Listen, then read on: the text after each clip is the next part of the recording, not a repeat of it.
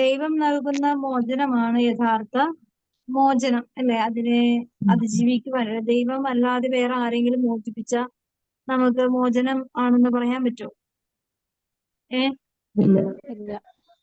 പറ്റില്ല. കാരണം ഇപ്പൊ നമ്മളിപ്പോ ഒരാളോട് ക്ഷമിച്ചു, നമ്മള് ക്ഷമിക്കാൻ വേണ്ടി കുറെ കഷ്ടപ്പെട്ടു, അത് ക്ഷമിച്ചു, ഒരുപാട് കഷ്ടപ്പെട്ടായിരിക്കും ആ ക്ഷമ നമ്മൾ നേടിയെടുത്തത്. പക്ഷെ നമുക്ക് ആ കാര്യങ്ങളെ കുറിച്ച് ഓർക്കാനുള്ള സാഹചര്യങ്ങൾ വരുമ്പോൾ തീർച്ചയായും ക്ഷമ മറന്നു പോകും, നമ്മുടെ ഉള്ളില് വെറുപ്പ് വരും, ഇല്ലേ? വരുമോ? ഉറപ്പായിട്ടും വരും. അപ്പോ അവിടെ നമ്മൾ അധ്വാനിച്ച ക്ഷമ സഫലമായോ? ഫലം കണ്ടെത്തിയോ? ഇല്ല. കാരണം നമ്മളുടെ അധ്വാനം കൊണ്ടാണ് നമ്മള് ക്ഷമിച്ചത്. പക്ഷെ ദൈവം ക്ഷമിക്കാൻ നമ്മളെ പഠിപ്പിച്ചു കഴിഞ്ഞാല് നമുക്ക് ആ മേഖലകളെ പൂർണ്ണമായും മറക്കാനും സാധിക്കും, ഇല്ലേ?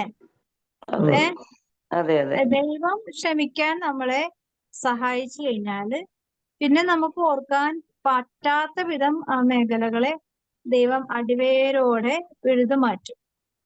അപ്പൊ നമുക്കൊക്കെ അത് സാധിക്കാത്തതിന്റെ കാര്യം ദൈവത്തിന്റെ സഹായം വഴിയല്ല നമ്മള് ക്ഷമിച്ചത് എന്നുള്ളതാണ്, അല്ലെ? പല മേഖലകളിലും നമുക്ക് ദേഷ്യം വരാം, നമ്മൾ ക്ഷമിച്ചു. ഈശോയുടെ ജീവിതത്തിലേക്ക് നോക്കി എന്തോരം പ്രാവശ്യം ക്ഷമിക്കുന്നുണ്ടല്ലേ? ക്ഷമയ്ക്ക് ഒരു അറുതിയില്ല. 70 പ്രാവശ്യം എന്ന് പറഞ്ഞാൽ ദൈവം ഉദ്ദേശിക്കുന്നത് അത് അവസാനിക്കുന്നില്ല എന്നുള്ളൊരു ചിന്തയോടു കൂടിയാണ്, അല്ലെ? 7 എത്ര 490 അല്ലെ? അത്രയും പ്രാവശ്യം നമ്മള് ക്ഷമിച്ചു എന്ന് പറഞ്ഞാല്, ഇത്രയും പ്രാവശ്യം ക്ഷമിച്ചു എന്നാലും നമ്മുടെ ഹൃദയത്തിൽ നിന്ന് ഇത് മാഞ്ഞു പോകാത്തിടത്തോളം കാലം ക്ഷമയുടെ ആ ഒരു അവസ്ഥയിൽ തന്നെയാണ് നമ്മൾ നിൽക്കുന്നത്, അല്ലെ? ഇപ്പൊ ഒരാള് നമ്മളെ വഞ്ചിച്ചു, അല്ലെ? സ്നേഹിതനാൽ വഞ്ചിക്കപ്പെട്ട ഒരു ജീവിതമാണ് ക്ഷമയുടെ ഭീകരമായ അവസ്ഥയിലേക്ക് കടന്നു വരേണ്ട അവസ്ഥ വരുന്നത്, അല്ലെ? ഇപ്പൊ നമ്മള് സ്നേഹിക്കാത്ത, നമ്മളറിയാത്ത ഒരു വ്യക്തി നമ്മളോട് തെറ്റ് ചെയ്തു, അത് ശരിക്കും പറഞ്ഞാൽ നമ്മുടെ ഹൃദയത്തിൽ കൊള്ളുവോ? വേദന ഉണ്ടാവോ? ഇല്ല. നമ്മളിപ്പോ വഴി കൂടി പോവുകയാണ്, നമ്മളെ അറിയാത്ത ഒരാൾ ചീത്ത വിളിച്ചു. അപ്പൊ എന്താ, അയാൾക്ക് എന്തോ കുഴപ്പമുണ്ടെന്ന് വിചാരിച്ച്, അല്ലെങ്കിൽ അയാൾ വേറെ വല്ല മദ്യം കഴിച്ചോ, അല്ലെങ്കിൽ വെളിവില്ലാതെയോ, അല്ലെങ്കിൽ സുഖമില്ലാത്ത ആളാണോ എന്ന് വിചാരിച്ച് നമ്മൾ ലാഘവത്തോടുകൂടെ നമ്മൾ അതിനെ നിസ്സാരമായി തള്ളിക്കളയും. നമുക്കത് അത്രയായിട്ട് ചിലപ്പോ അന്നേരം ഒരു ഷോക്ക് പോലെ തോന്നും, പിന്നീട് അത് ഓർത്ത് നമുക്ക് അങ്ങനെ അത്ര വിഷമം ഉണ്ടാവില്ല. പക്ഷെ നമ്മളുടെ സ്നേഹിതര്, നമ്മള് ഒരുപാട് അടുത്തിരിക്കുന്ന ജീവിതങ്ങള് നമ്മളെ അറിഞ്ഞുകൊണ്ട് നമ്മളെ വഞ്ചിച്ചു കഴിഞ്ഞാല് നമുക്കുണ്ടാകുന്ന മുറിവുകള് കുറെ കൂടി ആഴമുള്ള മുറിവുകളായിരിക്കും, അല്ലെ? അതിന്റെ പുറമേ കാണുമ്പോ ചിലപ്പോ വലിയ കുഴപ്പമൊന്നും ഉണ്ടാവില്ല. പക്ഷെ എന്താണ്, ഇപ്പൊ മഞ്ഞുമൽ ബോയ്സില് വീണ പയ്യന്റെ വീണ കുഴി എന്ന് പറഞ്ഞാൽ കണ്ടാ വലിയ ഏതാണെന്ന് തോന്നൂല, പക്ഷെ 600 അടിയേക്കാൾ ആഴമുണ്ടെന്നാ പറയുന്നത്. അപ്പൊ അത്രയും, അതായത് നമ്മളെ കണ്ടാലൊന്നും ഒരു കുഴപ്പമുള്ളതായിട്ട് തോന്നൂല. നമ്മുടെ ഉള്ളിലേക്ക് ഇറങ്ങി ചെന്ന് കഴിഞ്ഞാല് ഭീകരമായ കേവുകളുണ്ട്, അല്ലെ? നിഗൂഢമായ കേവുകള്, അല്ലേ? അതിലേക്ക് ആരിറങ്ങി ചെല്ലണം? സ്നേഹത്തിന്റെ ശക്തി തന്നെ ഇറങ്ങിച്ചെല്ലണം. സ്നേഹത്തിന്റെ ശക്തി നമുക്കുണ്ടോ? ഇല്ല. സ്നേഹത്തിന്റെ ശക്തി എവിടെ നിന്ന് വരണം? ദൈവത്തിൽ നിന്ന് തന്നെ വരണം, അല്ലെ? അപ്പൊ ഈ നമുക്ക് മോചനം കിട്ടണമെങ്കിൽ മോളിൽ നിന്നുള്ള ഒരു ഇടപെടലുകൾ വേണം. ഇല്ലാതെ നമുക്ക് ഒരാളോടും ക്ഷമിക്കാൻ പറ്റില്ല, ഉറപ്പായിട്ടുള്ള കാര്യമാണ്, ഇല്ലേ? ഇനി നമ്മൾ ക്ഷമിച്ചു എന്ന് പറഞ്ഞാൽ ഈ വ്യക്തി തന്നെ വീണ്ടും നമ്മളെ വേദനിപ്പിക്കാൻ വരാനുള്ള സർവ്വ സാഹചര്യങ്ങളും ഉള്ളപ്പോ നമ്മുടെ ക്ഷമയുടെ അവസാന, അതായത് നമ്മൾ പുറമായി ക്ഷമിക്കാൻ വളരെ പരിശ്രമിച്ചിട്ടായിരിക്കും നമ്മൾ ക്ഷമിച്ചേക്കുന്നത്. അപ്പൊ വീണ്ടും വന്ന് അതേ മുറിവിൽ തന്നെ ആണിയടിക്കാൻ നോക്കിയാൽ നമുക്ക് എന്തായിരിക്കും അവസ്ഥ? അതിഭീകരമായ മുറിവുകളായി മാറും, അല്ലേ? മാറില്ല. അപ്പോ അവിടെയൊക്കെ ഈശോയിലേക്ക് നോക്കണം. ഈശോയുടെ ശരീരത്തില് ചാട്ടവാറടിച്ചിട്ട് ആ മുറിവിൽ തന്നെ വീണ്ടും അടിക്കുമ്പോ ഒരു അടി കൊള്ളുമ്പോ തന്നെ മരണം മുഖാഭിമുഖം കാണുന്ന വേദനയാ. കാരണം അവരെന്റെ ശരീരത്തിൽ ഉഴുവുചാല് കീറിയുന്ന ഉഴുതുമറിച്ചു. അതായത് ഒരു ഭൂമി ഉഴുതുമറിക്കണമെങ്കിൽ എന്ത് വലിയ ഭാരമുള്ള ഒരു ആയുധം വേണം അല്ലെ? കാളകളെയൊക്കെ കൊണ്ട് ഉഴുതുമറിക്കാറില്ലേ അല്ലെ? മനുഷ്യന് അത് സാധിക്കാത്ത കൊണ്ടാണ് കാളകളെ എടുത്ത് ഉപയോഗിക്കുന്നത് അല്ലെ? ഇപ്പൊ അതിനുള്ള മെഷീനുകൾ ഉണ്ട്. പക്ഷെ അത് ഭൂമി എന്ന് പറഞ്ഞാല് അതുപോലെ ഉറച്ചു കിടക്കുന്ന ഭൂമിയെ ഇങ്ങനെ അത് എന്താണ് ഷഫിൾ ചെയ്യണമെന്നുണ്ടെങ്കിൽ അതുപോലെ ബലം വേണം. അതുപോലെ മാരകമായ ഇങ്ങനെ ശരിക്കും താഴ്ന്നിറങ്ങി അതിനെ ഇളക്കാൻ പാകത്തിനുള്ള ആ ഒരു ഉപകരണം വേണം. അപ്പൊ അതുപോലെ ഈശോയുടെ ശരീരത്തെ ഒരടി അടിക്കുമ്പോ വിറച്ചു പോകുന്ന, അതായത് കണ്ടു നിൽക്കുന്നവൻ വിറച്ചു പോകുന്നുണ്ടെങ്കിൽ അനുഭവിക്കുന്ന ആ വ്യക്തി എന്തോരം വേദന സഹിക്കുന്നുണ്ടാവും അല്ലേ? അല്ലേ? അപ്പൊ അത്രയും വേദനയിലാണ് ദൈവം നമ്മളുടെ പാപങ്ങളെ നീക്കി മോചനം നൽകിയത്. പക്ഷെ എന്ത് ചെയ്യുന്നില്ല? നമ്മൾക്ക് ആ മുറിവ് നമ്മുടെ ശരീരത്തിൽ അനുഭവിക്കാത്തടത്തോളം കാലം നമുക്ക്, അല്ലെങ്കിൽ അത്രയും വേദന നമുക്ക് ക്ഷമിക്കാൻ പറ്റാത്തടത്തോളം കാലം ഈശോ നമ്മളോട് എന്നിട്ട് അവസാനം വരെ പറഞ്ഞെന്താണ്? ഇവർ ചെയ്യുന്നത് എന്താണെന്ന് അറിയില്ല, അതുകൊണ്ട് പിതാവേ അവരോട് ക്ഷമിക്കണമോ എന്നാണ് പറഞ്ഞത് അല്ലേ? അവിടെ ഈശോ കുരിശെടുക്കുന്നതിന് മുമ്പേ പ്രാർത്ഥിച്ചതും അവസാനം മരണത്തിന് തൊട്ട് മുമ്പേ പ്രാർത്ഥിച്ചതും ആർക്ക് വേണ്ടിയായിരുന്നു? മറ്റുള്ളവർക്ക് വേണ്ടി, നമുക്ക് വേണ്ടിയായിരുന്നു. നമുക്ക് ഓരോരുത്തർക്കും വേണ്ടിയായിരുന്നു അല്ലെ? ഇവിടെ എല്ലാം ചോദിച്ചു വാങ്ങിച്ചത് എന്താണ്? നമ്മുടെ ആത്മാവിന്റെ മോചന ദ്രവ്യമായിട്ട് ഈശോ തന്നെ മാറി അല്ലെ? മറ്റൊരാളല്ല, ഈശോ തന്നെ മോചന ദ്രവ്യം അല്ലെ? ഇപ്പൊ നമ്മളിപ്പോ ഒരു പവന്റെ സ്വർണം കൊണ്ട് പണയം വെച്ചു. നമുക്ക് ഇഷ്ടമുള്ള അത്രയും നമ്മൾ എടുത്ത തുക തന്നെ കൊടുത്തു, അതിന്റെ പെനാൾട്ടി കൊടുത്തു. ചിലപ്പോ അതിന്റെ കൂട്ടുപലിശയൊക്കെ ഉണ്ടെങ്കിൽ ഇതെല്ലാം കൊടുത്താലേ നമ്മളുടെ വെച്ചിരിക്കുന്ന മുതൽ ഇങ്ങനെ കിട്ടുള്ളൂ ഇല്ലേ? അപ്പൊ അവിടെ നമ്മളിപ്പോ എടുത്ത തുക തന്നെ കൊടുത്താ പോരാ. കാലത്തിന്റെ കണക്ക് വെച്ച് നോക്കുമ്പോ, അതിന്റെ മാസക്കണക്ക് വെച്ചൊക്കെ നോക്കുമ്പോഴേക്കും അവര് പറയുന്ന തുക കൊടുക്കണം അല്ലേ? അതിന് അപ്പൊ നമ്മൾ നോർമലി ഒന്ന് ചിന്തിച്ചു നോക്കേ. നമുക്കറിയാം, എല്ലാവർക്കും മനസ്സിലാവുന്ന ഒരു സിമ്പിൾ ആയിട്ടുള്ള കാര്യമാണ്. ഒരു പവൻ ഇപ്പൊ നമ്മളിപ്പോ ഒരു 50,000 രൂപക്കാണ് ഇപ്പൊ വെച്ചാൽ 50 കിട്ടൂല, എങ്കിൽ ഒരു 35 രൂപക്ക് വെച്ചു എന്ന് വിചാരിച്ചു. 35 രൂപക്ക് വെച്ചു. നമ്മളൊരു മാസം കഴിയുമ്പോൾ ചെല്ലുമ്പോ 35,000 രൂപ കൊടുത്താൽ നമുക്ക് മുതല് കിട്ടും? കിട്ടില്ല അല്ലേ? ഇതൊക്കെ നമുക്ക് വ്യക്തമായിട്ട് അറിയാം അല്ലേ? അപ്പൊ ഈശോ എന്താ കൊടുത്തതെന്ന് നമ്മൾ ഓർക്കാറുണ്ടോ? അതായത് ഒരു പവന്റെ സ്വർണത്തിന് നമ്മൾക്കത് കൃത്യമായിട്ടുള്ള വാല്യൂ നമുക്ക് നന്നായിട്ട് അറിയാം. അതിന്റെ ഒരു മാസത്തില് അത് നമ്മൾ വീണ് പോയപ്പോ ഒരു വർഷമായിട്ട് കാശ് അടച്ചില്ലെങ്കിൽ നല്ലൊരു എമൗണ്ട് ആയിട്ടുണ്ടാവും. പിന്നെ നമ്മുടെ മുതൽ നഷ്ടപ്പെട്ടു പോകരുതെന്ന് വിചാരിച്ച് അങ്ങനെയാണെങ്കിൽ നമ്മൾ ഒരു വർഷം കൊണ്ട് അതിന്റെ തുകയൊക്കെ ഒരുപാട് വലുതായിട്ടുണ്ടെങ്കിലും നമ്മൾ എങ്ങനെയെങ്കിലും അതിനെ വീണ്ടെടുക്കാനായിട്ട് പരിശ്രമിക്കും. അങ്ങനെയാണെങ്കിൽ ഈ നശിഞ്ഞു പോകുന്ന ഈ സ്വർണത്തിന്റെ മുമ്പിൽ നമ്മൾ ഇത്രമാത്രം ആദി പിടിക്കുന്നുണ്ടെങ്കിൽ നമ്മുടെ ആത്മാവിന്റെ കാര്യത്തിൽ ആരാ ആദി പിടിക്കുന്നേ അല്ലേ? ഈ ഭൂമിയില് നശിഞ്ഞു പോകുന്ന ഒരു വസ്തുവിന്റെ പേരില് ഇത്രമാത്രം മനുഷ്യന് കിടന്ന് ആകുലപ്പെടുന്നുണ്ടെങ്കിൽ ഒരു ആത്മാവിനെ സംബന്ധിച്ച് ഇതൊന്നും വെറും ഒന്നുമല്ല എന്ന് പറഞ്ഞതിന് മുമ്പിൽ വെക്കാൻ, ഒരു ആത്മാവിന്റെ മുമ്പിൽ വെക്കാനായിട്ട് എന്തെന്നാ ഉള്ളത്? ആത്മാവല്ലാതെ വേറൊന്നുമില്ല അല്ലേ? ഈ മനുഷ്യൻ നഷ്ടപ്പെടുത്തി കളയുന്നത് ഈ മോചനമാണ്. ദൈവം നമുക്ക് നേടിത്തന്ന രക്ഷയുടെ മോചനം നമ്മൾ അതുപോലെ വാല്യൂബിൾ ആയിട്ട് മനസ്സിലാക്കാത്തത് കൊണ്ട് എന്ത് സംഭവിക്കുന്നു? നമുക്ക് മോചനം തന്നാലും, നമ്മളൊരു പാപം ചെയ്തു, നമ്മളോട് ക്ഷമിച്ചു, അപ്പൊ നമുക്ക് അതിന്ന് എന്താ കിട്ടിയത്? മോചനം കിട്ടി. പക്ഷെ നമ്മൾ അതിനെ നമ്മളുടെ മഗ്ദലേന മറിയത്തോട് ചോദിക്കുന്നുണ്ട്, നിന്നെ ആരെ ശിക്ഷിച്ചില്ലേ? അപ്പോ ഇല്ല ഗുരു ഇല്ല എന്ന് പറയുമ്പോഴേക്കും എന്താ പറയുന്നത്? ഞാനും നിന്നെ ശിക്ഷിക്കുന്നില്ല. പിന്നെന്താ പറയുന്നത്? നീ ഇനിമേൽ പാപം ചെയ്യരുത്, പൊയ്ക്കൊള്ളുക. ഇനിമേൽ പാപം ചെയ്യരുത്. പിന്നെ അവള് പാപം ചെയ്തോ? ഇല്ല, ചെയ്തില്ല അല്ല. അതാണ് നമ്മളുടെയൊക്കെ ഒരു വിളി. നമ്മൾ അങ്ങനെയല്ല. നമ്മൾ 24 മണിക്കൂർ ഒന്ന് ശ്രദ്ധിച്ച് സൂക്ഷിച്ച് വീക്ഷിച്ചു കഴിഞ്ഞാല് നമ്മൾ ശരിക്കും പറഞ്ഞ ലോകരെ മുഴുവൻ വീക്ഷിക്കാന്നൊക്കെ നോക്കും. നമ്മൾക്ക് നമ്മളുടെ ജീവിതത്തെ സൂക്ഷിച്ച് നമ്മൾ മുട്ടുമുത്തി വീഴുന്ന ദൂര സ്ഥലങ്ങളുണ്ട് അല്ലെ? നമ്മളുടെ മോചനം കർത്താവ് മുഴുവനായിട്ട് തന്നിട്ടും നമുക്കതിനെ സ്വീകരിക്കാൻ പറ്റുന്നില്ല. നമ്മൾ അധ്വാനിച്ചിട്ടില്ല. നമ്മൾ അധ്വാനിക്കാണ്ട് തന്നെ നമുക്ക് മോചനം ദൈവം വാങ്ങിത്തന്നു. പക്ഷെ എന്ത് സംഭവിച്ചു? നമ്മൾ അതിന് ഒരു മൂല്യത അല്ലെങ്കിൽ ഒരു അനുഗ്രഹം, അതായത് മഗ്ദലേന മറിയത്തിന് ശിഷ്യന്മാരെക്കാൾ കൂടുതൽ അനുഗ്രഹം കിട്ടിയെന്ന് ചോദിച്ചാൽ കിട്ടി അല്ലെ? ഈശോ ഉദിതനായിട്ട് ആദ്യമായിട്ട് ഈ ഈ മഗ്ദലേന മറിയത്തിന്റെ മുമ്പിലാണ്. അത് അവളുടെ അടുത്തോട് ചെന്നല്ല, അവള് ഈശോയെ അന്വേഷിച്ചിറങ്ങിയത് കൊണ്ടാണ് അല്ലെ? അതെ.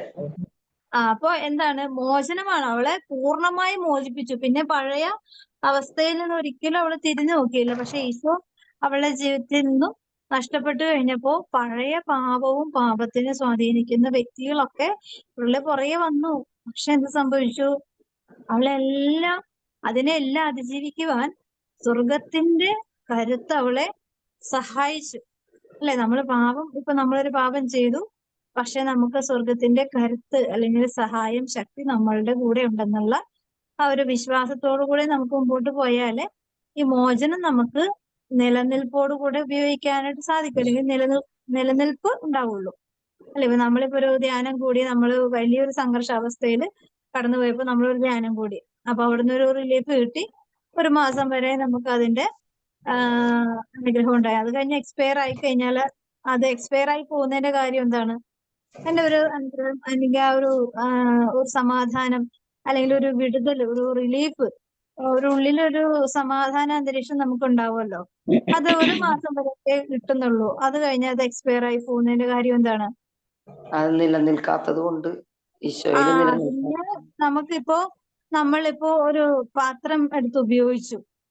നമ്മൾ അത് ഉപയോഗിച്ചു കഴിഞ്ഞാൽ നമ്മൾ കഴിക്കുന്ന ഭക്ഷണം കഴിച്ച പാത്രം നമ്മളത് കഴിച്ചിട്ട് നമ്മൾ അവിടെ കഴുകാതെ എച്ചിലോടുകൂടെ അവിടെ വെച്ച് കഴിഞ്ഞാല് നമ്മൾ ഒരാഴ്ച അവിടെ വെച്ച് നോക്കിയേ, ആ എച്ചിലോടുകൂടെ ഇരുന്ന് എന്ത് സംഭവിക്കും? അത് ഇരുമ്പിന്റെ പാത്രമാണെങ്കിൽ, സ്റ്റീലിന്റെ പാത്രമാണെങ്കിൽ അത് അവിടെ ഇരുന്ന് തുരുമ്പിക്കും. മറ്റ് എന്താണ്, സെറാമിക് ആണെങ്കിൽ അതിന് കറ പോലത്തെ അതിന്റെ നല്ല കളർ നഷ്ടപ്പെടും അല്ലെ? അല്ലെ?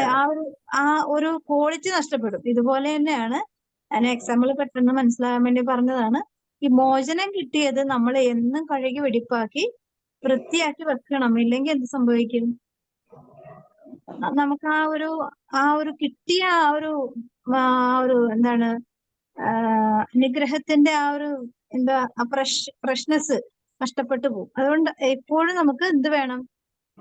ദൈവത്തിനോട് കുറിച്ചുള്ള വിചാരം ഉണ്ടെങ്കിൽ, ഇന്നലെ പറഞ്ഞില്ലേ, പാപം ചെയ്യാതിരിക്കുന്ന എളുപ്പവഴി എന്താണ്? ദൈവ വിചാരത്തോടെ ഇരിക്കുന്നു. ദൈവ വിചാരത്തോടെ ആയിരുന്നാ മതി അല്ലെ? വളരെ സിമ്പിൾ അല്ലേ? പാപം ചെയ്യാതിരിക്കാനായിട്ട് ദൈവ വിചാരത്തോടെ ഇരുന്നു കഴിഞ്ഞാല് പാപം ചെയ്യാതെ ഇരിക്കാൻ നമുക്ക് സാധിക്കും. ദൈവവിചാരം നഷ്ടപ്പെടുന്നതുകൊണ്ടാണ് നമുക്ക് പാപത്തിന്റെ സാഹചര്യ പാപപ്രലോഭനങ്ങൾ നമ്മൾ വീണു പോണത്. നമുക്ക് മറിയത്തിന് സ്തോത്രഗീതം വായിക്കാം. മിനി വായിക്കും. മിനി വായിക്കാവേ.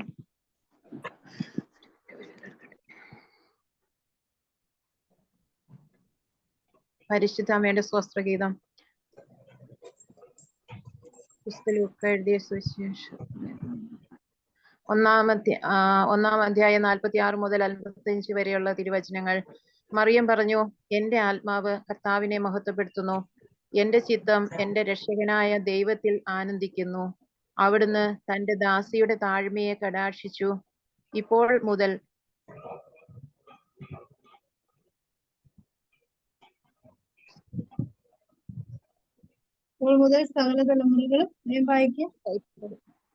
സകല തലമുറകളും പിന്നെ ഭാഗ്യവതി എന്ന് പ്രകീർത്തിക്കും. ശക്തനായവൻ എനിക്ക് വലിയ കാര്യങ്ങൾ ചെയ്തിരിക്കുന്നു. അവിടുത്തെ നാമം പരിശുദ്ധമാണ്. അവിടുത്തെ മേൽ തലമുറകൾ തോറും അവിടുന്ന് കരുണ വർഷിക്കും. അവിടുന്ന് തന്റെ ഭുജം കൊണ്ട് ശക്തി പ്രകടിപ്പിച്ചു. ഹൃദയവിചാരത്തിൽ അഹങ്കരിക്കുന്നവരെ ചിതറിച്ചു. ശക്തന്മാരെ സിംഹാസനത്തിൽ നിന്ന് മറിച്ചിട്ടു. എളിയവരെ ഉയർത്തി. വിശക്കുന്നവരെ വിശിഷ്ട വിഭവങ്ങൾ കൊണ്ട് സംതൃപ്തരാക്കി. സമ്പന്നരെ വെറും കൈയോടെ പറഞ്ഞയച്ചു. തന്റെ കാരുണ്യം അനുസ്മരിച്ചുകൊണ്ട് അവിടുന്ന് തന്റെ ദാസനായ ഇസ്രായേലിനെ സഹായിച്ചു. നമ്മുടെ പിതാക്കന്മാരായ അബ്രാഹത്തോടും അവന്റെ സന്തതികളോടും എന്നേക്കുമായി ചെയ്ത വാഗ്ദാനം അനുസരിച്ച് തന്നെ നമ്മുടെ കർത്താവായ ഈശോ മിശിഹായ്ക്ക് സ്തുതി. ദൈവവചനമാണ് നാം കേട്ടത്. നമുക്ക് ദൈവത്തെ സ്തുതിക്കാം. ഹൃദയ വിചാരത്തിൽ അഹങ്കരിക്കുന്നവരെ അവിടുന്ന് ചിതറിച്ചു. നമുക്ക് ഹൃദയ വിചാരത്തില് അഹങ്കാരം എവിടെയൊക്കെ ഉണ്ടോ അവിടെ എല്ലാം നമുക്ക് ചിതറിക്കപ്പെടാം. പക്ഷെ നമ്മൾ ഒരു കാര്യം മനസ്സിലാക്കണം, നമ്മൾ ദൈവത്തോട് ഐക്യപ്പെടുന്ന അനുസരിച്ച് ലോകം നമ്മളെ എന്താണ് പറയണത്, ശേഷിപ്പിക്കുന്നത് അഹങ്കാരികളെന്നാണ് അല്ലേ?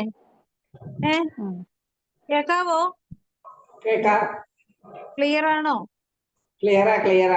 ക്ലിയറാ. നമ്മൾ ദൈവത്തോട് ഐക്യപ്പെടുന്ന അനുസരിച്ച് നമുക്ക് നമ്മുടേതായ രീതികൾക്കൊക്കെ മാറ്റം വരും അല്ലേ? ദൈവത്തെ സ്നേഹിക്കുമ്പോൾ നമുക്ക് നഷ്ടപ്പെടുന്നത് എന്താണ്? ലോകത്തോടുള്ള സ്നേഹം. ലോകത്തോടുള്ള സ്നേഹം. പിന്നെ ദൈവിക ചൈതന്യം നഷ്ടപ്പെട്ടു പോകും. ദൈവത്തെ സ്നേഹിക്കുമ്പോ നമുക്ക് എന്താണ് നമ്മൾ അറിയാതെ അനുഭവിക്കുന്ന ഒരു കാര്യമാണ്. പക്ഷെ നമ്മളത് അത് ഓട്ടോമാറ്റിക് ആയിട്ട് കിട്ടുന്ന ഒരു കാര്യമാണ്. എന്താണ്?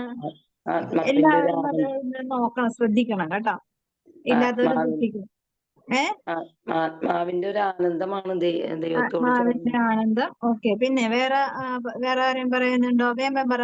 ദൈവത്തെ സ്നേഹിക്കുമ്പോ നമ്മളില് അറിയാതെ സംഭവിക്കുന്ന ഒരു കാര്യമുണ്ട്. എന്താണ്? ദൈവത്തിന്റെ സംരക്ഷണം. പിന്നെ സമാധാനം. പിന്നെ സന്തോഷം. പിന്നെ എളിമ. വിശദീകരണം നടക്കുന്നു. ഓക്കെ. പിന്നെ എന്തെങ്കിലും ഉണ്ടോ? ഏത്? പരിശുദ്ധാത്മാവ് കൊണ്ട് നിറയുന്നു. പരിശുദ്ധാത്മാവ് കൊണ്ട് നിറയുമ്പോ നമുക്ക് പല വ്യത്യസ്തമായ നമ്മളല്ല പിന്നെ അല്ലേ? എനിക്ക് ശരിക്കും പറഞ്ഞാല് എനിക്ക് ഫീൽ ചെയ്തൊരു കാര്യമുണ്ട്. ഞാൻ ദൈവത്തിന്റെ സ്നേഹത്തില് എന്ന് വന്നോ എന്റെ ഉള്ളില് ലോകത്തെ ഞാൻ ഒരിക്കലും ഭയക്കാത്ത വിധത്തിലുള്ള എന്ത് വന്നാലും ഭയങ്കര ഒരു ബോൾഡ് ആകാനുള്ള ഒരു ആരെന്ത് പറഞ്ഞാലും എനിക്ക് റെസ്പോണ്ട് ചെയ്യാൻ പറ്റുന്ന ഒരു ധൈര്യം അല്ലേ? ദൈവത്തെ സ്നേഹിക്കുമ്പോൾ നമുക്ക് എന്താ കിട്ടുന്നേ അല്ലേ? നമ്മൾ പ്രാർത്ഥന കൂട്ടായ്മയില് ഇപ്പൊ നിങ്ങള് ആദ്യമായിരിക്കുന്ന ആളുകളാണോ ഇപ്പൊ നിങ്ങള്? അല്ല. ആദ്യമൊക്കെ പ്രാർത്ഥിക്കാൻ പറയുമ്പോഴൊക്കെ ഒരു വെപ്രാളം ഒക്കെ ആയിരുന്നു. പക്ഷെ ഇപ്പൊ നിങ്ങൾ അങ്ങനെയല്ല അല്ലേ? പറയുമ്പോ തന്നെ പ്രാർത്ഥിക്കാനും ചോദിക്കുന്നതിന് ഉത്തരം പറയാനുള്ള ഒരു ഫ്രീഡം നമുക്ക് കിട്ടിയില്ലേ? കിട്ടിയോ? അതെവിടെന്നാ വന്നത്? ദൈവാനുഭവത്തിൽ നിന്ന്. ദൈവത്തിന് നമ്മോടുള്ള സ്നേഹം മാത്രമല്ല, നമുക്ക് ദൈവത്തോടുള്ള സ്നേഹത്തെ പ്രതി കിട്ടിയ അറിയാതെ വന്നൊരു ഗിഫ്റ്റാണത് അല്ലെ? നമ്മളിപ്പോ റെസ്പോണ്ടിങ് ചെയ്യുന്ന ഒരു വ്യക്തികളായി മാറി. പണ്ട് അങ്ങനെയല്ല. എന്തൊക്കെ കേട്ടാലും ഒരു ചെവി കൂടി കേട്ട് മറ്റൊരു ചെവി കൂടി കളയും. അറിയാതെ സംഭവിക്കുന്ന കാര്യമാണ്. പക്ഷെ ഇപ്പൊ അങ്ങനെയല്ല. കിട്ടുന്ന ആത്മീയ ചിന്തകള് അല്ലെങ്കിൽ നമുക്ക് ബുദ്ധിയുടെ തലത്തിലേക്ക് അല്ലാതെ ആത്മീയ തലത്തിൽ നിന്ന് കൊണ്ട് തന്നെ നമ്മൾ ആ ബോധ്യങ്ങളെ മനനം ചെയ്യുവാനായിട്ട് നമുക്കൊരു കൃപ കിട്ടി.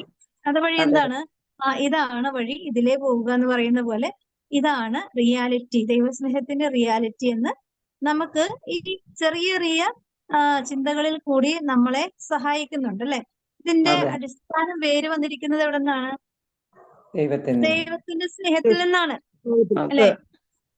നമ്മളിപ്പോ ഒരു കൊച്ചിനെ കാണുകയാണ്, പള്ളിയിൽ ഇന്ന് വർത്തമാനം പറയുന്നു. അപ്പൊ നമ്മൾ ഓടി ചെന്നിട്ട് മോനെ അത് ഇവിടെ നിന്ന് വർത്തമാനം പറയാൻ പാടില്ല എന്ന് ആ കുഞ്ഞിനോട് പറയണമെങ്കിൽ കുറെ ആളുകൾ ഉണ്ടാകും.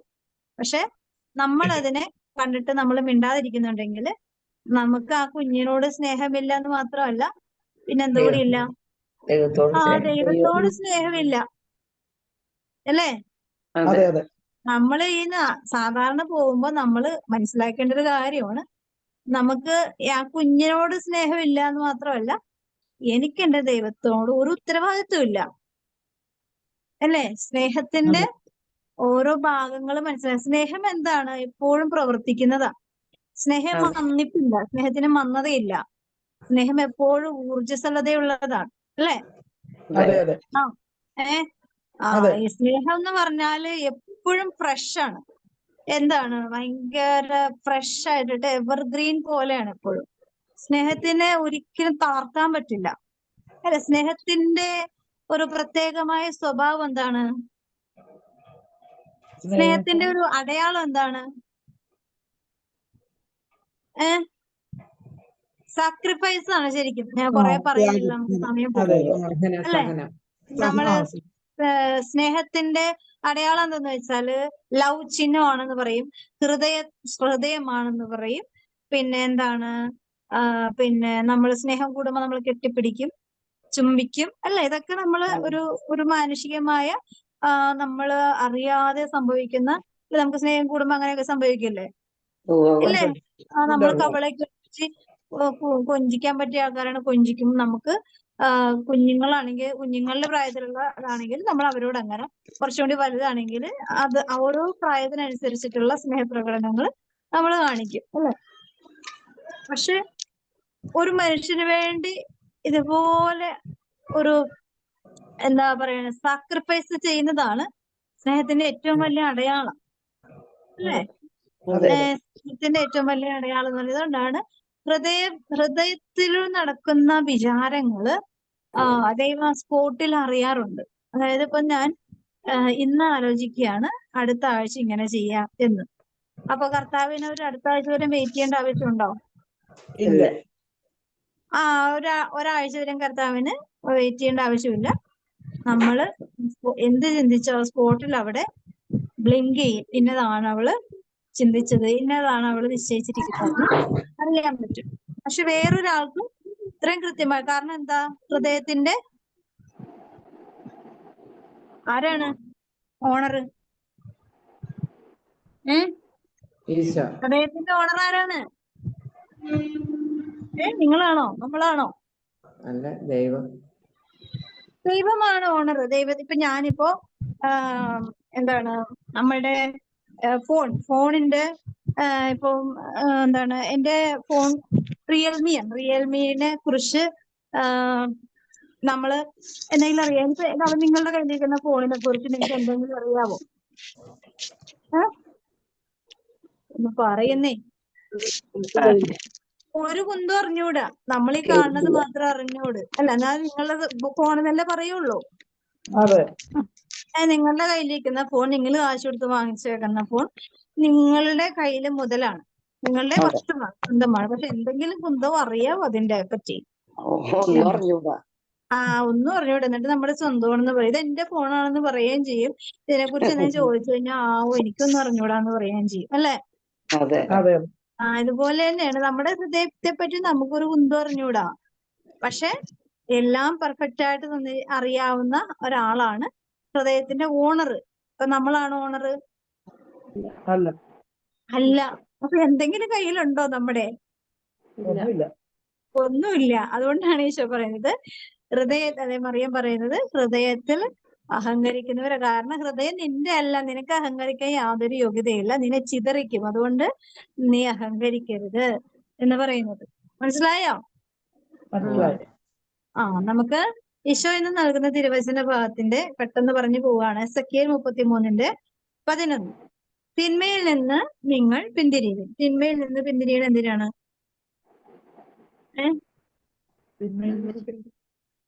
എന്തിനാ തിന്മയിൽ നിന്ന് പിന്തിരിയണത്? നന്മയായി മാറാൻ. ഇത് വലിയ ആലോചിച്ച് നിങ്ങൾ ഇങ്ങനെ തല പുകഞ്ഞ വളരെ ഫ്രീ ആയിട്ടിരിക്കുക. തിന്മയിൽ നിന്നും പിന്തിരിയാൻ പറയണത് എന്തിനാണ്? നന്മയുള്ള മനുഷ്യരായി ജീവിക്കാനാണ്. അപ്പൊ ഈശോ വചനഭാഗം ഞാൻ മുഴുവൻ വായിക്കാം. അവരോട് പറയുക, ആരോട്? ഈ വചനത്തിന്റെ ഹെഡിങ് തന്നെ എസെക്കിയേല് 33 10 മുതൽ വായിക്കാം. 11 വാക്യമാണ് തിന്മയിൽ നിന്ന് പിന്തിരിവിൻ എന്നുള്ള വചനം ഞാൻ എടുത്തേക്കണത്.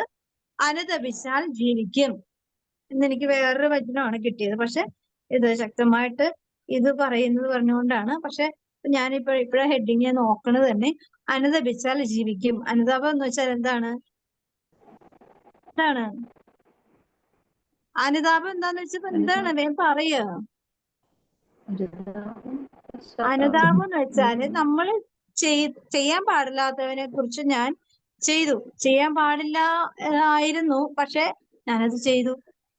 അപ്പോ നമുക്ക് അതിനെ കുറിച്ചുള്ള ഒരു അവബോധം ഉണ്ടല്ലോ, അല്ലെ? ഇപ്പൊ നമ്മ പറഞ്ഞ കാര്യം നമുക്ക് പറഞ്ഞത് തന്നെയാ, അത് തിരിച്ചെടുക്കാൻ പറ്റില്ല. പക്ഷെ അതിനെ തിരിച്ചെടുക്കാനായിട്ട് ദൈവം തരുന്ന ഒരു അവസരമാണ് എന്ത്? അനുതപിക്കുക എന്നുള്ളത്, അല്ലെ? അനുതപിക്കുക. റോമക്കാർക്ക് എഴുതിയ ലേഖനത്തിൽ 2-ാമത്തെ അധ്യായത്തില് കർത്താവിന്റെ ഒരു ലക്ഷ്യം പറയുന്നുണ്ട്. എന്താണ്? എന്നെ അനുതാപത്തിലേക്ക് നയിക്കുക എന്നതാണ് എന്റെ ലക്ഷ്യം, എന്റെ കരുണയുടെ ലക്ഷ്യം, അല്ലെ? അപ്പൊ ദൈവം നമുക്ക് വെറുതെ കരുണ തരുന്നല്ല, അല്ലെ? നമ്മളിപ്പോ മക്കളെ വളർത്തുന്നു, നമ്മൾ മക്കളുടെ ആവശ്യങ്ങളെല്ലാം കറക്റ്റ് ആണ് ചെയ്തു കൊടുക്കും. നിങ്ങൾക്ക് ഇന്ന് വട്ടുണ്ടോ അങ്ങനെ ചെയ്തു കൊടുക്കുക? നമുക്ക് ഇന്ന് വട്ടുണ്ടോ? എന്തിനു വേണ്ടി അങ്ങനെ ചെയ്തു കൊടുക്കുന്നേ? അവരുടെ നല്ല ഭാവിക്ക് വേണ്ടിയാണ്, അല്ലേ? എന്താണ് ക്ലിയർ ആണില്ല പറയണത്? എന്താണ് നിങ്ങളുടെ മക്കൾക്ക് വേണ്ടി നിങ്ങൾ ഓരോ കാര്യങ്ങൾ ചെയ്തു കൊടുക്കുന്നത് എന്തിനു വേണ്ടിയാണ്? അവരുടെ നന്മയ്ക്ക് വേണ്ടി, സന്തോഷത്തിനും വേണ്ടി, നല്ല ഭാവിക്ക് വേണ്ടിയാണ്. ഉറപ്പല്ലേ? അപ്പോ കർത്താവിന് എന്താ അങ്ങനെയൊന്നും ആഗ്രഹിച്ചൂടെ? കർത്താവാണ് അങ്ങനെ ആഗ്രഹിക്കുന്നത് പൂർണ്ണമായും. അപ്പൊ നമ്മളിപ്പോ ഓരോ കാര്യങ്ങൾ മക്കൾക്ക് ചെയ്തു കൊടുക്കുമ്പോ മക്കള് അതിന്റെ ഓപ്പോസിറ്റ് നമ്മളോട് ചെയ്യുമ്പോ നമുക്ക് നല്ല സന്തോഷം ഉണ്ടാവും. ഉണ്ടാവില്ല, വേദനയായിരിക്കും, അല്ലേ? ഇതുപോലെ ആണ്. അപ്പൊ നമ്മൾക്ക് ഭയങ്കര സങ്കടം ഉണ്ടാവും. നമുക്ക് ഹൃദയം ഉള്ളത് കൊണ്ട്, നമുക്ക് വേദന ഉള്ളത് കൊണ്ട് നമ്മൾ സങ്കടപ്പെട്ട് ഒക്കെ ഇരിക്കും. എന്നിട്ട് പറയും എന്റെ മക്കൾ അനുസരിക്കുന്നില്ല, അത് ചെയ്യുന്നില്ല, ഇത് ചെയ്യുന്നില്ല, എല്ലാം ചെയ്തു കൊടുക്കുന്ന അവർക്ക് ഒരു കുറവുമില്ല. പക്ഷെ നമ്മൾ ഉദ്ദേശിക്കുന്ന വഴി കൂടി അവർക്ക് ചെയ്തു കൊടുക്കേണ്ട കാര്യങ്ങളെല്ലാം നമ്മൾ ചെയ്തു കൊടുക്കണം. പക്ഷെ 1 വേ ട്രാക്കാണ്, ഇങ്ങോട്ടൊന്നുമില്ല, അങ്ങോട്ടാണല്ല, അല്ലേ? അങ്ങനെ വരുമ്പോ എന്താ സംഭവിക്കണത്? ഇവിടെ നമ്മള് വെള്ളവും വളവും ഒഴിച്ചു കൊടുക്കാണ്ട് ഒരാള് വളർന്ന് പന്തലിക്കും അതിന്റെ ഇടയിൽ. ആര് വരും? പാപത്തിന് വളരാനായിട്ട് സാധ്യമാക്കുന്ന ഒരു അവസരമാണ്. പാപത്തിന്റെ അവസ്ഥയിൽ തന്നെ നിലനിൽക്കുന്ന ഒരു വ്യക്തിയെ അനുതപിക്കാൻ പിശാച് സമ്മതിക്കില്ല. ഒരു വ്യക്തി അനുതപിക്കുക എന്ന് പറഞ്ഞാൽ ദൈവത്തിന്റെ കരുണ അറിയുന്നത് കൊണ്ടാണ് അവൻ അനുതപിക്കുന്നത്. അതുകൊണ്ടാണ് ഈശോ പറയുന്നത് നിന്നെ അനുതാപത്തിലേക്ക് നയിക്കുന്നതിന്റെ കാരണം എന്താണ്? എന്റെ കരുണയെ കുറിച്ച് അറിയുക എന്നുള്ളതാണ്, അല്ലെ? നിന്റെ അനുതാപത്തിലേക്ക് നയിക്കുക എന്നാണ് എന്റെ കരുണയുടെ ലക്ഷ്യം. എന്താന്ന് വെച്ചാല് ഈ കരുണ കാണിക്കുന്നതിന്റെ ലക്ഷ്യം എന്താണ്? കരുണ കാണിക്കുന്ന എന്താണ്? എന്തിനു വേണ്ടിയാണ് കരുണ കാണിക്കുന്നത്? അതായത് ജീവിതത്തെ നന്മ കൊണ്ട് പൊതിയപ്പെടാനാണ് ദൈവം ആഗ്രഹിക്കുന്നത്. അനുഗ്രഹങ്ങൾ നഷ്ടപ്പെട്ടു പോകാതിരിക്കുവാൻ, ജീവനും ജീവിതവും ആത്മാവും നഷ്ടപ്പെട്ടു പോകാതിരിക്കുവാൻ ആണ് ദൈവത്തിന് അതിന്റെ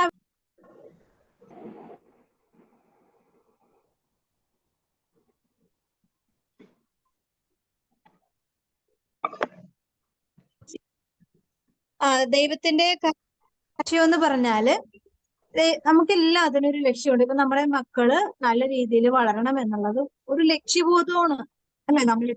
നമ്മള് അവരെന്തെങ്കിലും കാണിക്കട്ടെ എന്ന് വിചാരിച്ച് നമ്മൾ അവരെ വളർത്തുന്നുണ്ടെങ്കിൽ നമുക്ക് എന്തില്ല? ലക്ഷ്യമില്ല. ലക്ഷ്യമില്ലാത്തതിന്റെ കാരണം എന്താണ്? നമുക്ക് അവരിലുള്ള ഉത്തരവാദിത്വം ഇല്ലാത്തത് കൊണ്ടാണ്. അവര് രക്ഷപ്പെടണമെന്നോ അവരെ നേർവഴിക്ക് നടത്തണമെന്നോ ഉള്ള ഒരു ലക്ഷ്യം ഇന്നത്തെ മാതാപിതാക്കൾക്ക് ഉള്ളൊരു സംഭവമാണ്. ലക്ഷ്യബോധം നഷ്ടപ്പെട്ടിട്ടാണ് മക്കളെ വളർത്തുന്നത്. അതായത് മക്കളെ എന്താണ് ഒരു കഴുതയെ പോലെ എന്താണ് കഴുതല്ല എന്താണ് വെറുതെ ഇങ്ങനെ വളർത്തുന്ന ജീവി എന്താണ് നമുക്കിപ്പോ നമ്മുടെ വീട്ടിലൊക്കെ വളർത്തുന്നവരൊക്കെ ഭയങ്കര ബുദ്ധിയുള്ള ജീവികളാ. ഞാൻ കഴിഞ്ഞ ദിവസം കാണുകയാണ് എന്താണ് പട്ടി പൂച്ചനെ സഹായിക്കുന്നു, പൂച്ച പട്ടിയെ സഹായിക്കുന്നു. പിന്നെ അതുപോലെ കൊക്ക് ആണെങ്കിലും മീനെ പിടിക്കാൻ വേണ്ടിയാണ് വെള്ളത്തിൽ ഇറങ്ങുന്നത് തന്നെ അല്ലേ? കൊക്ക് വെള്ളത്തിൽ ഇറങ്ങുന്നത് തന്നെ മീനെ പിടിക്കാൻ വേണ്ടിയാണ്. പക്ഷെ ഈ കൊക്ക് നോക്കുമ്പോ ഒരു മീൻ കൊക്ക് പിടിച്ചു. പക്ഷെ കൊക്ക് പിടിക്കുമ്പോ വെള്ളം ഒട്ടും ഇല്ലാത്ത സ്ഥലത്തു നിന്നാണ് മീനെ പിടിക്കുന്നത്. എന്നിട്ട് എന്ത് ചെയ്ത് ഈ കൊക്ക് ഞാൻ നോക്കുമ്പോ ഈ കൊക്ക് മീനെ വേദനിപ്പിക്കാതെ വെള്ളമുള്ള സ്ഥലത്ത് കൊണ്ട് ഇടുന്നു. അതിന്റെ സ്വഭാവം തന്നെ എന്താണ് വെള്ളം എന്താണ് വചനം ഉണ്ടല്ലോ ജ്ഞാനത്തിന്റെ പുസ്തകത്തില് അഗ്നി അതിന്റെ സ്വഭാവം തന്നെ നഷ്ടപ്പെടുത്തി കളയുന്നു എന്ന് പറയുന്നില്ലേ? അഗ്നി അതിന്റെ സ്വഭാവത്തെ മറന്നു പോകുന്നു. അതായത് കൊക്കിന് ഭക്ഷണമാണ് ദൈവം നിശ്ചയിച്ചിരിക്കുന്നത്. കൊക്കിന്റെ ഭക്ഷണമാണ് മീൻ. മനസ്സിലായോ? അതിനെ എടുത്തിട്ട് വെള്ളമുള്ള സ്ഥലത്ത് കൊണ്ട് ഇട്ടിട്ട് അത് പിടച്ചു പോകുമ്പോഴേക്കും അത് ഭയങ്കര സന്തോഷിച്ച് കൊക്ക് പറന്നു പോകുന്നു. അവരുടെയൊക്കെ ഒരു കരുണ നോക്കണേ. നമുക്കുണ്ടോ അങ്ങനത്തെ കരുണ? നമ്മളാണെങ്കിലോ നമ്മളാണെങ്കിൽ അത് വെട്ടിക്കറിയാക്കി നമുക്കൊരു നേരത്തെ അല്ലേ? നമ്മളുടെയൊക്കെ കരുണയൊക്കെ അത്രേ ഉള്ളൂ. നമ്മുടെ കാര്യം സിന്ദാബാദ്, സ്വന്തം കാര്യം സിന്ദാബാദ് അല്ലെ? അപ്പൊ ഈ പ്രപഞ്ചത്തില് നമ്മൾ അറിയാതെ മൃഗങ്ങൾക്ക് പോലും ആരവരെ പഠിപ്പിക്കും. നമ്മൾ ഈ മൃഗങ്ങളോട് ആരെങ്കിലും വചന പ്രഘോഷണം നടത്തുന്നുണ്ടോ? ഏതെങ്കിലും മൃഗങ്ങളോട് വചന പ്രഘോഷണം നടത്തിയായിട്ട് ഓർമ്മയുണ്ടോ? ഇല്ലേ? പന്നികളുടെ ഇടയിലേക്ക്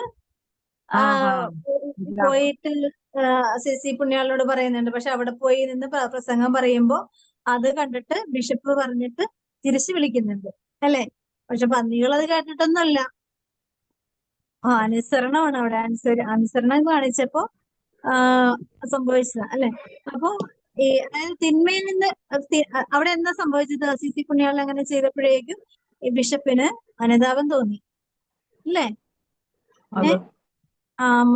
പന്നിക്കൂട്ടത്തിൽ പോയി പ്രസംഗിക്കുന്നു പറഞ്ഞപ്പോ എന്താണ് ഇവര് അതായത് സത്യത്തിന്റെ ആത്മാവിന് ഈ ലോകം അംഗീകരിക്കില്ല. അതിപ്പോ സഭയുടെ ഉന്നത തലങ്ങളിൽ നിൽക്കുന്ന ആളായാലും താഴ്തലങ്ങളിൽ നിൽക്കുന്ന ആളായാലും ഭക്തിയുടെ തുഞ്ചത്തിരുന്നായാലും താഴെ നിന്നായാലും ആർക്കും അങ്ങോട്ട് പെട്ടെന്ന് ദഹിക്കൂല. ഇപ്പോ എന്നേക്കാൾ ഒരു അറിവുള്ള ഒരാള് എന്റെ മുമ്പിൽ വന്ന് നിൽക്കുമ്പോ ഞാൻ നമ്മുടെ ഒരു ഉള്ളിലൊരു ഈഗോ ഉണ്ട്.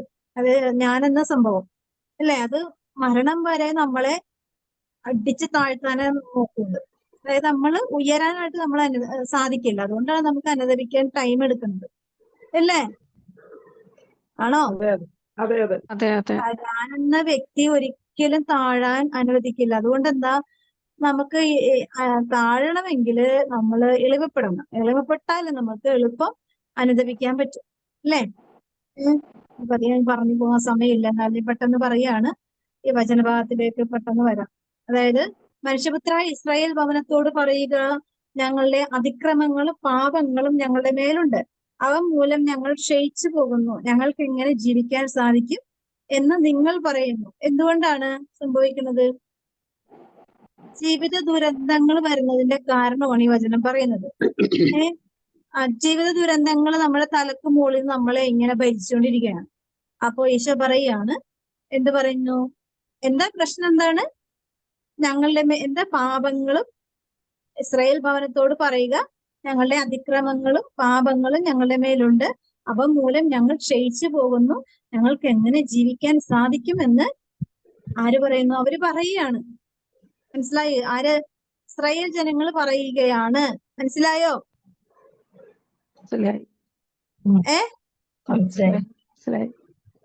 നിങ്ങൾ ആ വചനം എടുത്തേ. എസെക്കിയേൽ 33:10 ഉണ്ടെങ്കിൽ ബൈബിൾ ഉള്ളവര് എടുത്ത് ശ്രദ്ധിച്ച് കേൾക്കണേ. അത് സിമ്പിൾ ആണ് ഞാൻ പറയുന്നത്. അതുപോലെ മനസ്സിലാക്കിയ എളുപ്പമാണ്. നമുക്ക് അധികം നേരമില്ല. അതുകൊണ്ട് ഇത്തിരി ഫാസ്റ്റ് ആയിട്ട് പോണത്. അപ്പോ ഈശോയുടെ ദൈവത്തിന്റെ ആത്മാവ് എസെക്കിയേലിനോട് പറയുകയാണ്. എന്ത്? എസെക്കിയേൽ ആരാണ്? പ്രവാചകൻ. പ്രവാചകന്റെ അർത്ഥം എന്താണ്? ദൈവത്തിന്റെ ശബ്ദം വഹിക്കുന്നവൻ അല്ലേ? അതെ അതെ. ദൈവത്തിന് വേണ്ടി പ്രവചിക്കുന്നവനാണ് പ്രവാചകൻ. മനസ്സിലായോ? നമ്മള് വാക്കുകൾക്കൊക്കെ അർത്ഥങ്ങളുണ്ട്, അത് നമ്മൾ മനസ്സിലാക്കണം. അപ്പോ ഈ ദൈവത്തിന് വേണ്ടി പ്രവചിക്കുന്ന പ്രവാചകൻ ജനത്തോട് പറയുന്ന കാര്യം ദൈവം പറഞ്ഞു കൊടുക്കുകയാണ്. പറയേണ്ട കാര്യം എന്താണ്? ശ്രദ്ധിച്ചു കേൾക്കണേ. എസെക്കിയേല് 33:11 അവരോട് പറയുക. ആരാ പറയണത്? ദൈവം എസെക്കിയേലിനോട് പറയാൻ ഏൽപ്പിക്കുന്ന കാര്യം. ദൈവം എസെക്കിയേലിനോട് ആരോട് പറഞ്ഞേൽപ്പിക്കാനുള്ള കാര്യം? ഇസ്രായേൽ ജനങ്ങളോട് പറഞ്ഞു കൊടുക്കാൻ വേണ്ട കാര്യങ്ങൾ പറഞ്ഞു കൊടുക്കുകയാണ്. ആര് വഴി? എസെക്കിയേലിനോട് പറഞ്ഞു കൊടുക്കുകയാണ്. ദൈവം പറഞ്ഞു കൊടുക്കുകയാണ്.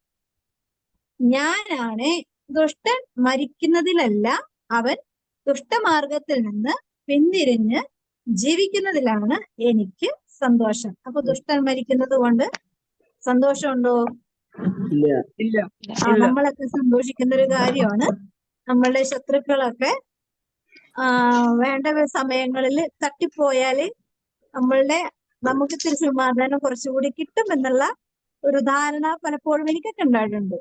ഞാൻ പറഞ്ഞിട്ടുണ്ട് അല്ലേ? നിങ്ങളോട് ഞാൻ പറഞ്ഞിട്ടില്ലേ?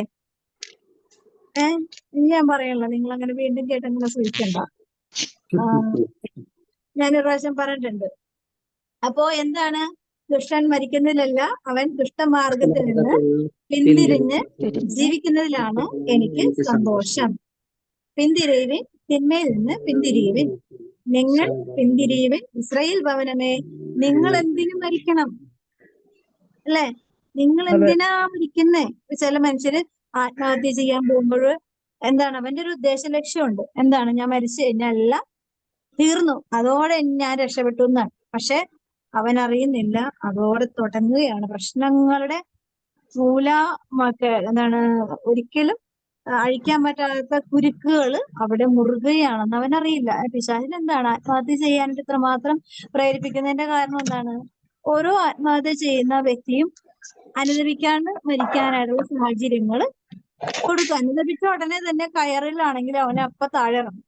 ചാടാൻ പോനവനാണെങ്കിൽ അവിടെ നിന്ന് രക്ഷപ്പെടാൻ എന്തെങ്കിലും ശ്രമം നടത്തും അല്ലേ? നടത്തില്ലേ? ഇനിയിപ്പോ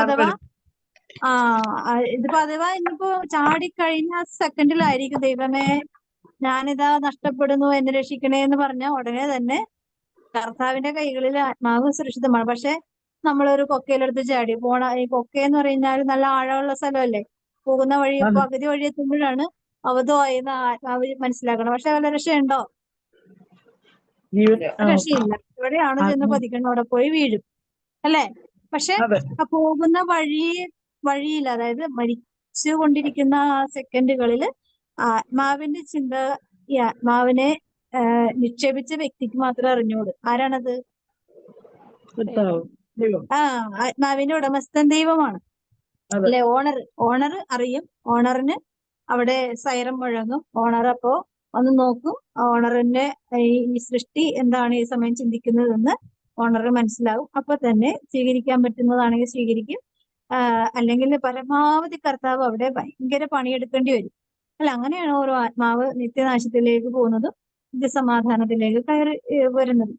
അപ്പോ ഈ ലോകത്ത് ഈ ഒരുപാട് അതായത് എന്തെല്ലാം അവസ്ഥകൾ, അതായത് ഓരോ മരണങ്ങളും നമുക്ക് നിശ്ചയിക്കാൻ പറ്റാത്ത തരത്തില് കൊന്നുകളയുന്നവരുണ്ട്, ഇതുവരെയായിട്ട് കണ്ടുപിടിക്കാത്തവരുണ്ട്.